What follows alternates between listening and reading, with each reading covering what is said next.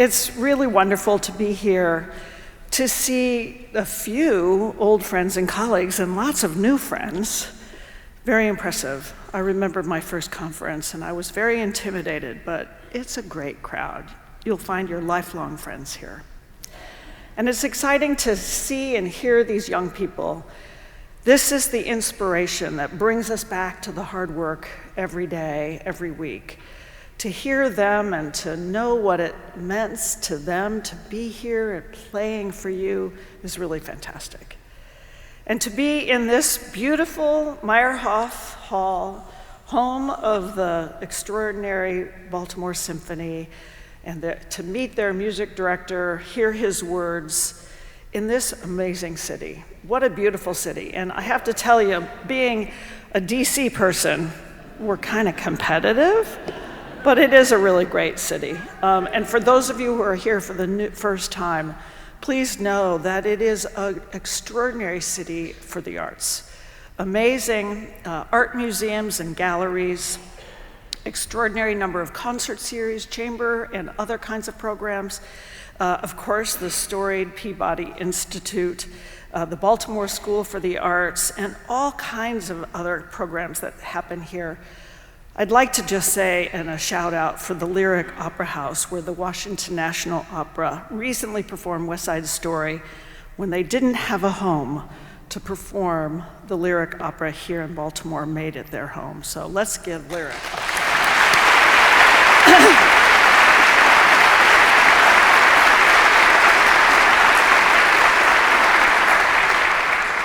I think we can all agree that never have artists and the art they create been more needed.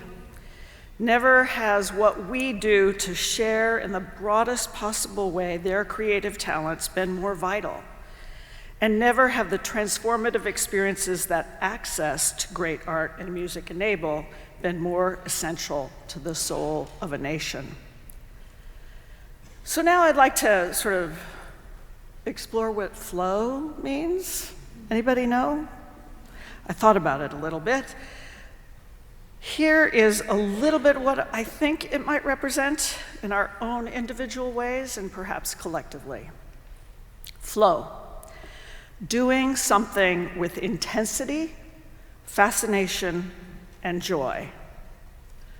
We know when we're experiencing it, and in the process of achieving it, we deploy creativity, imagination, and when we do, we feel as though we're fully engaged and operating at full capacity.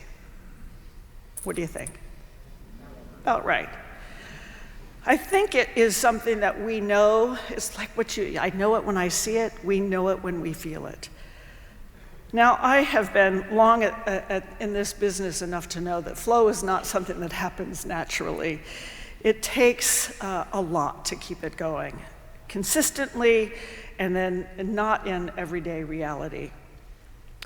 This is hard work that we do, but it is more satisfying and fulfilling when we get it right than any other profession. When bold ideas are realized in celebrated performances, when our organizations achieve a level of success and collective recognition of communal effort, when the artists we support thrive and know that they are appreciated, that's flow. These are the aspirations we all have. Finding flow is rhythm that keeps us and our organizations going. As you might imagine, in the roughly 15 months, I could give you days and hours, but I'll spare you that, since my rather hasty, unplanned departure from the Kennedy Center, I've been asked quite a bit what I miss most about those years leading the nation's cultural center. It's not the fancy gowns, and it's definitely not the high heels. It's not the international relations that my role necessitated, nor the glamour of the Kennedy Center honors or the Mark Twain Prize, however wonderful all of that was. No, it was the connection to my colleagues and the way in which we did our work, what together we accomplished, the creative processes we shared, and our efforts to constantly push ourselves to think in different ways, knowing what an awesome privilege as well as responsibility we were given to lead this cultural mecca. Those are President Eisenhower's words that he gave when he intended Congress to create the charter for the Kennedy Center. It wasn't the Kennedy Center in 1958, it was your National Cultural Center. We definitely experienced flow in those years. I do my best to keep track of my Kennedy Center refugees who made my decade as president so utterly rewarding and who are committed to upholding the values that informed and guided our work. Courage, justice, freedom, service, and gratitude. This was, in reflection, our flow, our collective flow. So thank you, Simon and the League, for this theme for this conference. Those values I just mentioned are ones that we understood to be those of JFK during his presidency. It guided all of our decision-making. In my journey from DC now to North Carolina, I'm privileged to serve in an academic environment. Very different, but just as energetic, filled with ideas, creative impulses, the desire to collaborate.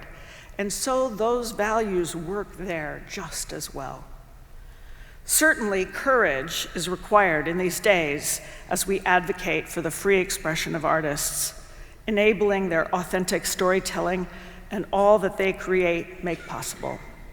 Justice must guide our work, ensuring that the art we enable and promote reflects and relates to all members of our communities, while also giving voice to the urgent issues of our day. Freedom, the absolute prerequisite for true art to flourish, to challenge us, inspire, console, and delight us. Service, the constant recognition that we first serve the artist and their art, and the communities that stand most to benefit from what they create. And finally, gratitude. What an immense gift it is for us to do this work, to be in such close proximity to the creative power of these great artists, to work alongside with them and play the most important role to support them as they create transformative experiences for our audiences. In my nearly 5 decades in this particular and peculiar profession of arts administration, it occurs to me that the challenges we deal with week after week, month after month, and year after year, the persistent state of uncertainty, have uniquely equipped us to deal with our new present reality. Uncertain whether that grant or long-awaited donor will come through. Uncertain whether this artist or that artist will agree to perform on our season. Uncertain whether a newly commissioned work will actually be well received and please the commissioners. Uncertain it's all going to work together and work out as planned. All of that, budgeting, marketing, fundraising, will it happen the way we wanted it to be? And will our audiences return again and again to sustain the marvelous work that we create? And then, of course, we deal with an uncertain future. Given the increasing integration of AI technologies into our everyday lives, both personal and professional, many are understandably torn and struggling to understand both the potential and the threat of AI. This new frontier challenges us and also requires us to double down on our core values and commitment to authentic artistic expression. Admittedly, big questions remain. How can technology advance our mission and goals? How can it help us entice those new audiences who are digital natives with points of reference that are entirely new to us? How can it be employed to serve the artist and their art in ways that do not danger or compromise their authenticity, but enhance it. Like it or not, this genie is out of the bottle, and so we must rely on and learn from one another as perhaps never before. We need to be honest about what works and what doesn't, and importantly, be curious, informed, diligent, discerning, and always courageous. It is this tension, and indeed the chronic condition of uncertainty, that must fuel our own creativity, to try new things, to entice new audiences, to pursue new artists and art forms, and then trust and follow those same artists, to overcome and aspire beyond the potential barrier of uncertainty requires a disciplined adherence to your core values. This is what gave the Kennedy Center team its flow, undergirding our namesake's value of courage, justice, freedom, service, and gratitude. I know you all understand this, but you're probably scratching your heads like, where does art fit into all of that? Art is in all of it. The artist must feel welcome, truly free to share their unique perspectives, to enlighten and challenge us, to reveal perspectives and truths, to push us to think critically about our time and our role in it, and yes, to help us have that extraordinary experience that's so important, joy. It's been now over 20 years since Yo-Yo Ma came to the Chicago Symphony Orchestra as our creative consultant, and we all collaborated developing a call to action that I like to think was prescient, especially in light of our current situation. The concept of citizen artist. It has now become virtually commonplace in our country and beyond. The inherent responsibilities that are involved when we accept that artists and arts organizations have obligations larger than themselves, beyond the performance and enjoyment of the art.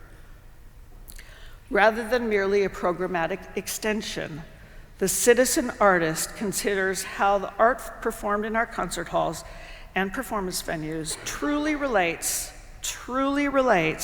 and serves the needs and issues of our communities. This requires deep research to truly understand the needs of a community. In North Carolina, it is the Symphony traveling across the state to small communities, performing in unlikely venues, and sharing the magic of music through education programs and with families. This is service. In Chicago, the Civic Orchestra of Chicago Symphony Orchestra integrated social justice into its curriculum via a 4-part program, including modules in artistic planning, music education, social justice, and program management. Emerging professionals design and present community-engaged projects that explicitly address social issues, training them as citizen artists in addition to their technical skills as orchestral players. This is justice. The Seattle Symphony's climate music agenda with John Luther Adams, Become Ocean, evoking melting ice and rising seas. Our planet is under siege, and the arts have a role in amplifying these messages. This is courage. There's the Hartford Symphony Orchestra, which established a dedicated learning and social impact department focused on education and engagement with the clear goal of creating community impact through programs in schools, neighborhoods, and social service settings. I am particularly moved by its Strings of Hope, performing in churches and synagogues in a time where we need to bring communities together rather than ripping them apart. This, again, is courage. To be credible in our assertion that the arts matter and deserve an ever-increasing level of financial support, artists and the people and organizations that present them must and are invested in community. As we who are closest to the art form know, there is nothing like a great performance of a work, whether a masterpiece or a new commission. It is vital that we stay connected to our communities and the realities all around us. This is the very definition of citizen artistry and the fulfillment of the citizen artist. I promise that gratitude will always find its way back to artists and organizations, from audiences, patrons, communities, and ultimately those who support our work when we are focused on these values and the concept of citizen artistry. One remarkable citizen artist, I think you will all agree, is Renee Fleming. With Renee as our creative consultant at the Kennedy Center, we launched the Sound Health Network in partnership with the National Institutes of Health and the National Endowment for the Arts. This eventually led to establishing the Art and Well-Being Initiative, an expanded focus on the intersection of art, science, and personal and communal health, exploring how art inspires and benefits our everyday lives.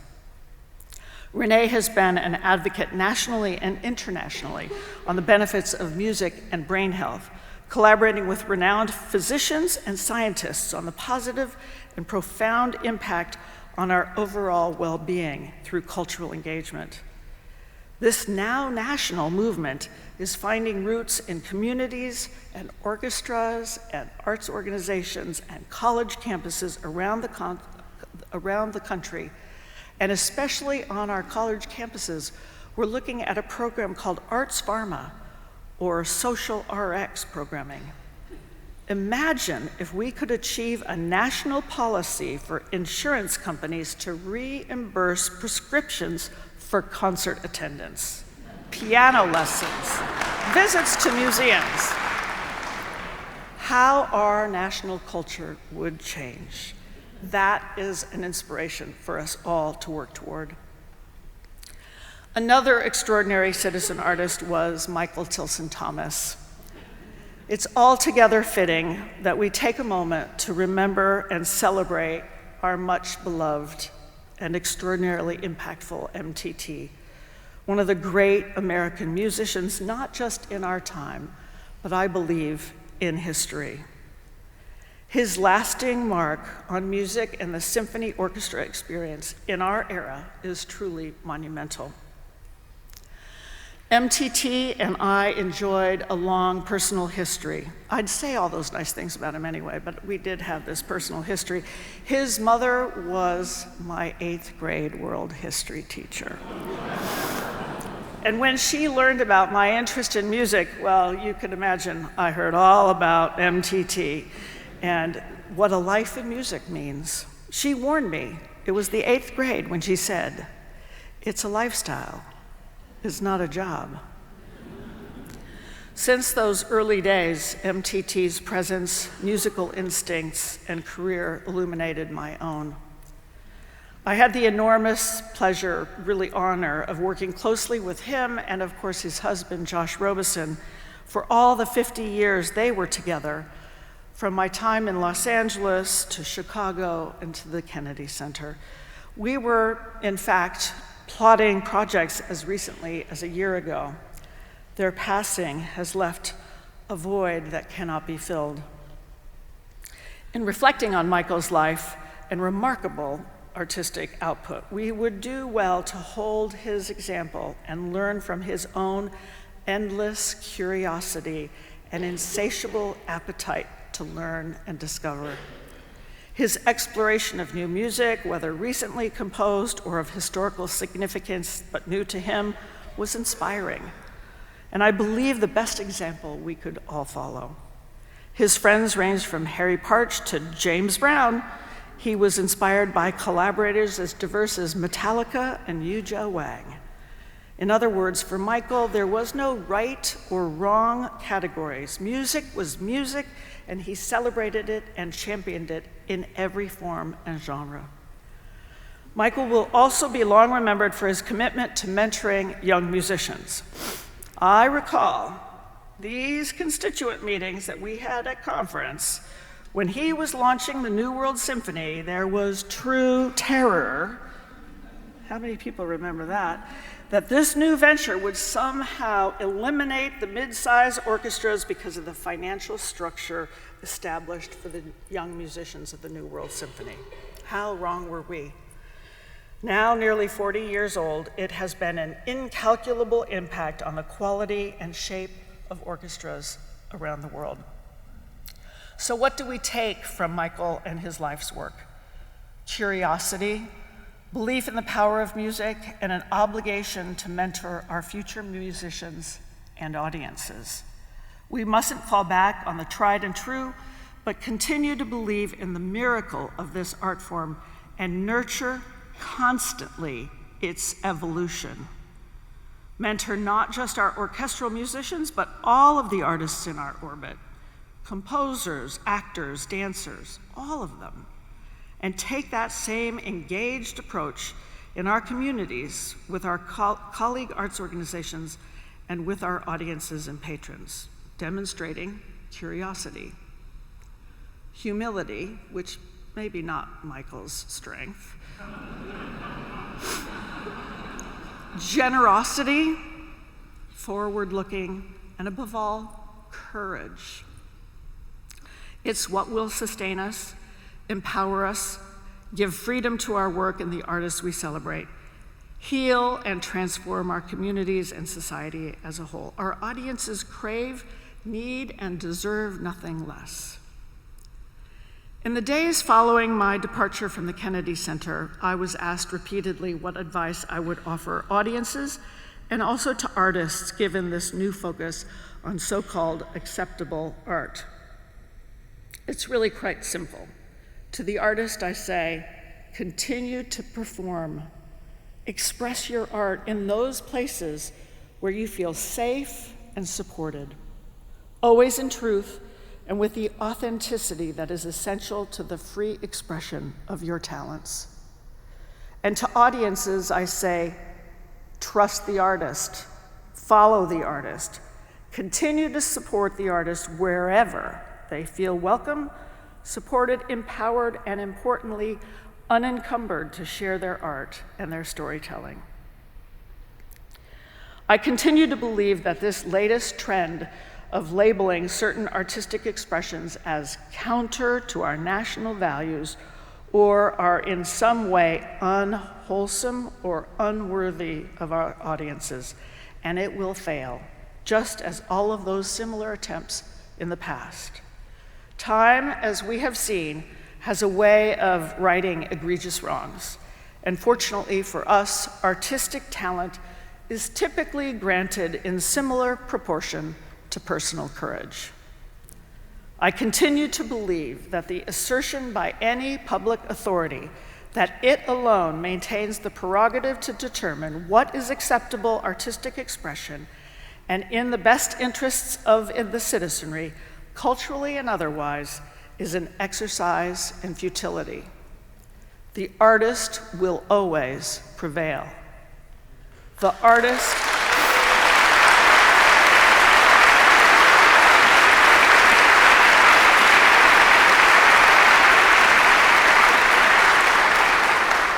artist will always create. They can't not. That's who they are. They will always enlighten, always reshape our perspectives, how we see the world and our role in it, challenging our assumptions, attitudes, cultural bias, and even at times whole social movements. Quite simply, the artist holds a mirror to who we are as a people and nation and compel us to do and be better. For our purposes today, it is worth recalling the always clever wisdom of Leonard Bernstein, who has said, to achieve great things, two things are needed: a plan and not quite enough time. Sounds like a composer, right? Time, I think we can agree, is not on our side, and there will never be a better time than now. It's certainly not a time to be timid, nor to shrink from our shared mission of bold inclusiveness. It's not a time to modulate, equivocate, or compromise in our unqualified belief that art and its broad accessibility make our communities better and our society at large more honest and reflective of who we are. It is a time when we are called to be our best citizen artists and to reflect those values of John F. Kennedy as they are at his memorial, our nation's cultural center: courage, justice, freedom, service, and gratitude. Thank you for all that you do and allowing me to be here with you today. Thank you.